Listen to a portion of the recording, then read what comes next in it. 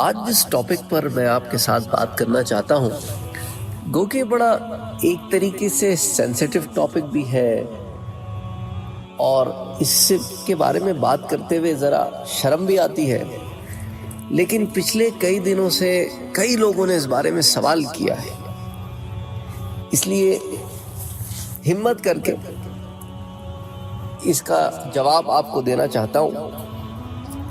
اس کا تعلق جو ہے وہ میاں بیوی کے آپس کے تعلق سے ہے۔ دیکھیں، میاں بیوی کے لیے باہم مباشرت اگرچہ باعث اجر ہے اور اس کی اجازت دی گئی ہے، لیکن اس کے چند آداب جن کی رعایت رکھنا انسان کو حیوان اور حیوان کو انسان میں ایک امتیاز پیدا کرتی ہے کہ انسان اشرف المخلوقات ہے۔ اگر وہ حیوانوں کی سی حرکتیں شروع کر دے تو اس کی اشرفیت اور حیا اور شرم اور امتیاز یہ برقرار نہیں رہتا۔ اللہ تعالیٰ نے انسان کو اشرف المخلوق بنایا ہے، لیکن دراصل ہوا یہ ہے کہ چونکہ ہم نے اتنی گند اور غلاظت دیکھ لی ہے، اور ان لوگوں کو بعض لوگ فالو کرتے ہیں جو بہت دور ہیں شرم و حیا سے اور اخلاقیات سے، اور وہ مغربی تہذیب ہے جس کے دل دادا لوگ ان لوگوں سے چیزیں سیکھتے ہیں اور ہر چیز انہیں سے سیکھنا چاہتے ہیں، اور بہت ساری دفعہ شرم و حیا جو ہے اس کا دامن چھوڑ دیتے ہیں۔ جس چیز کے بارے میں آج میں آپ سے بات کرنا چاہ رہا ہوں وہ ہے کہ مرد اور عورت کا ایک دوسرے کی شرمگاہ پر منہ مارنا۔ سوال کرتے ہیں لوگ اس بارے میں، اس لیے اس کے جواب دینے کی ہمت کر رہا ہوں۔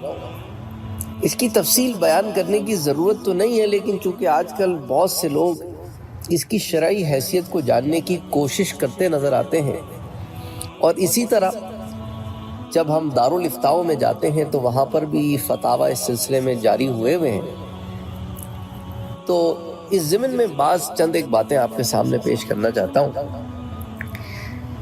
چند ایک سوال دیکھ لیتے ہیں اسی ضمن میں جو لوگ کرتے ہیں، پھر اس کا جواب کہ بھئی دیکھیں، مرد و عورت جب پاک ہو تو ان کی شرمگاہ کا ظاہری حصہ پاک ہے یا ناپاک؟ اگر بوقت ہم بستری عورت مرد کی شرمگاہ کو منہ میں لے یا مرد اس کے منہ میں دے دے، اسی طرح اگر مرد عورت کی شرمگاہ کے ظاہری حصے کو زبان لگائے چومے، تو ایسی حرکتوں سے قباحت ہے یا نہیں، گناہ ہوگا یا نہیں؟ ایسے مسائل کے دریافت کرنے میں شرم محسوس ہوتی ہے، مگر ضرورتاً دریافت کیا جاتا ہے۔ بہرحال لوگ ساتھ میں یہ بھی لکھ دیتے ہیں۔ جواب کے طور پہ علماء اس ضمن میں بہت ساری باتیں لکھتے ہیں کہ بھئی دین کے مسائل و احکامات جو ہیں وہ دریافت کرنے میں شرم و حیا نہیں کرنی چاہیے۔ اگرچہ شرم و حیا انسان کی انسانیت کا خاصہ ہے، لیکن بعض دفعہ اس طرح شرم کرنا سوال پوچھنے میں وہ آپ کو بہت ساری احکامات سے دور کر دیتا ہے اور حق جاننے سے محروم کر دیتا ہے۔ شرم و حیا کہاں کرنی چاہیے؟ شرم و حیا جو ہے وہ افعال و اعمال میں کرنی چاہیے۔ پوچھنے میں شرم و حیا اس طرح نہیں کرنی چاہیے جس طرح افعال و اعمال میں کی جاتی۔ ہاں، شرم و حیا پوچھنے میں کہاں کی جائے گی؟ کہ الفاظ کے چناؤ میں کی جائے گی۔ بہرحال اللہ تعالیٰ قرآن کریم میں فرماتے ہیں کہ اللہ تعالیٰ حق بات کہنے میں شرم نہیں کرتا، حق بات بیان کرنی چاہیے، اور حق بات بیان کرنے کے لیے بعض دفعہ سوال کیے جاتے ہیں۔ بے شک شرمگاہ جو ہے اس کا ظاہری حصہ جو ہے وہ پاک ہے، لیکن ضروری تو نہیں ہے نا کہ ہر چیز جو پاک ہے اس پر منہ بھی لگایا جائے، اس کو چوما بھی جائے، اس کو چاٹا بھی جائے۔ تو بہت ساری رطوبتیں ہوتی ہیں، جو بعض ایک رطوبتیں شرمگاہوں سے بھی خارج ہوتی ہیں۔ اب دیکھیں نا، ناک سے بھی تو ایک رطوبت خارج ہوتی ہے، آنکھ سے بھی ایک رطوبت خارج ہوتی ہے، کان سے بھی ایک رطوبت خارج ہوتی ہے، منہ سے بھی ایک رطوبت خارج ہوتی ہے۔ بہرحال تو ہر رطوبت کو چاٹنا، منہ لگانا اخلاقیات کے لحاظ سے بہت گری ہوئی چیز ہے کہ بہرحال بعضی چیزوں کے اندرونی حصے پاک بھی ہوتے ہیں، تو یہ تو ضروری نہیں ہے۔ جیسا ناک پاک ہے، لیکن ناک سے نکلنے والی رطوبت وہ تو پاک نہیں ہے نا۔ اب آپ یہ دیکھیں معاذ اللہ کہ جس جگہ کے بارے میں پوچھا جا رہا ہے وہ جگہ جو ہے وہ کس چیز کے لیے استعمال ہوتی ہے عام طور پر. تو اسی لیے اس بات کا خیال رکھنا چاہیے کہ عورت کی شرمگاہ کو چومنا، زبان لگانا اس کی اجازت نہیں ہے، بلکہ سخت کراہیت کا کام ہے اور گناہ ہے. اب مسئلہ یہ ہے کہ اتنی گند دیکھ لی ہم نے کہ ہمارے لیے کراہیت نہیں رہی، بلکہ اس میں ہمیں مزہ لگتا ہے.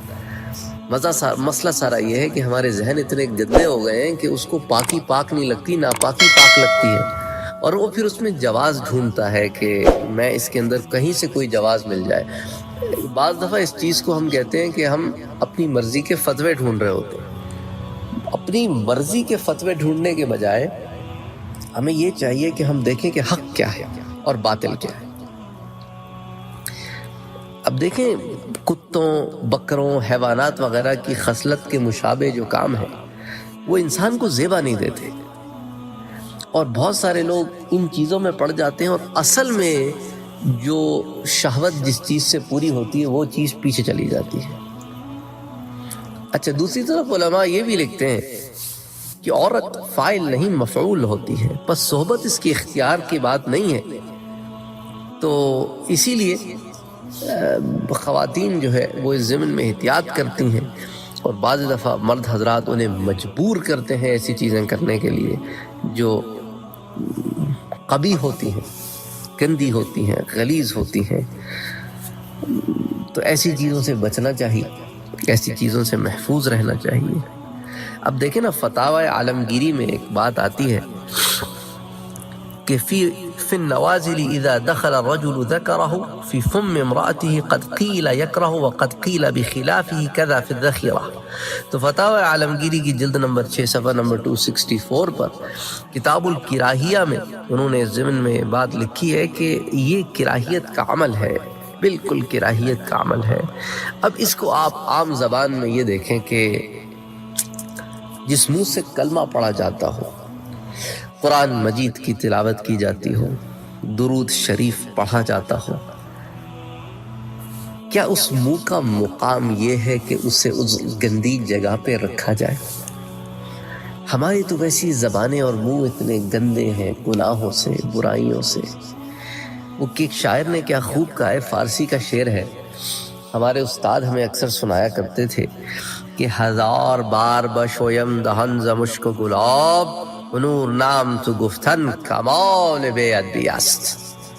یعنی کہ 1000 مرتبہ مشک سے اور گلاب سے منہ دھوں تب بھی تیرا پاک نام لینے بے ادبی سا معلوم ہوتا ہے، کہ پھر بھی اپنے منہ کو اس قابل نہیں پاتا کہ تیرا پاک نام لوں، اس پاک نام کا ذکر اپنی اس گندی زبان سے کروں، حالانکہ اس کو مشک و گلاب سے دھویا ہے. لیکن اسی ضمن میں پھر فتاوی رحیمیہ ہے، فتاوی عالمگیری ہے، مختلف فتاوی ہیں، مختلف علماء کے اس پہ قول ہے. بہرحال اللہ تعالیٰ جو ہے وہ عقل سلیم ہمیں عطا فرمائے، اللہ تعالیٰ بہتر جانتے ہیں. لیکن ظاہر میں یہ بات جو ہے وہ فطرت سلیمہ کے خلاف ایک قبیح عمل ہے، بہت زیادہ شہوت محسوس ہوتی ہے. تو جو جائز طریقے ہیں اس سے پوری کرو.